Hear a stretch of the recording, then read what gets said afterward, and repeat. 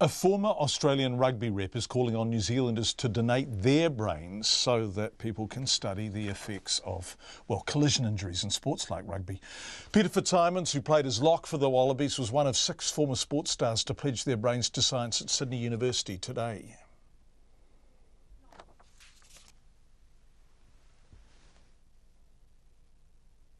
Hello, Peter Fitzsimons. We are hoping that we are going to get him. We have technical issues with Peter Fitzsimons.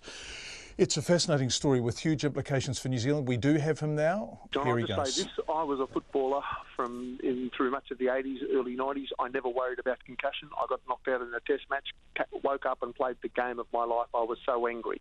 It never occurred to me that there could be any issue. We footballers of the 80s and 90s were confident that it was only boxers that could get into trouble. Somehow we had this naive belief that if your brain was hit by a punched fist in a glove, then there was a problem. But if you got hit by a knee, you got hit by a bare fist, you got hit by a shoulder, you'd be okay because we were footballers. It only ever happened to boxers. And as the years went by, I, for one, realised I was wrong. And so we're still in an age where we know so much more about concussion, and yet still you have this ludicrous situation of people that are clearly concussed going on to play. As to the question of what we've launched today, it's called the Australian Sports Brain Bank, and it's like the Boston Brain Bank, but what we're wanting are people to pledge their brain. So particularly athletes, not only elite athletes, but people who've played a lot of football, a lot of collision sports, to pledge their brains when they die so that the brain can be examined, it can be extracted after their death. There's a better medical word for that. I'm not sure what it is. Somebody will tell me. And examined to see if it's got signs of CTE so that we in Australia can know more about the impact of collision sports.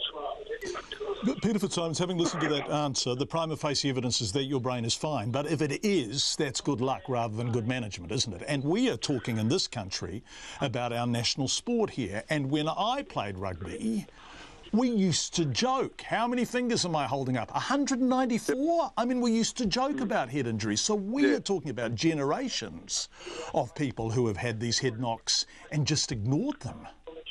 Well, you will find, I've heard, look, I hear whispers about Wallabies, I hear whispers about All Blacks, of who's in good shape and who's in not. I tell you what, I hear raw, not whispers in rugby league of, generations ahead of me, people in serious trouble. I heard the other day about a former star of the 1980s, late 1980s, who wanders around homeless on the streets not far from Leichhardt, and, wearing his old jersey, and they just say, well, he's gaga. He took too many hits.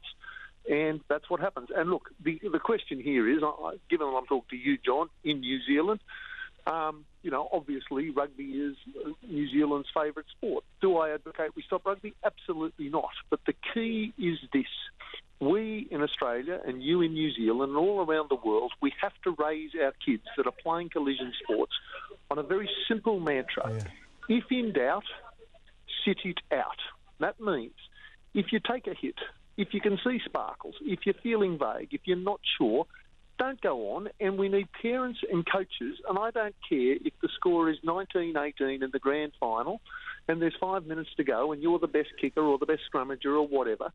There is nothing more important than the health of your brain. So everybody has to know the mantra, if in doubt, sit it out. And when it comes to All Blacks Wallabies Test and comes to provincial matches and comes to subbies of the Takapuna Prawns versus the Dubbo Wombats, everybody has to observe that same protocol. If people are knocked out, you don't get them back on next week in a fortnight. You don't tell them to shake it off. You don't tell them to come up and say it was something other than concussion. It's taken seriously. One final question, because I know you're very busy, and we really appreciate you fronting for us, Peter, at incredibly short notice. But do you want some New Zealand brains? Yes. No, it's quite seriously, we do.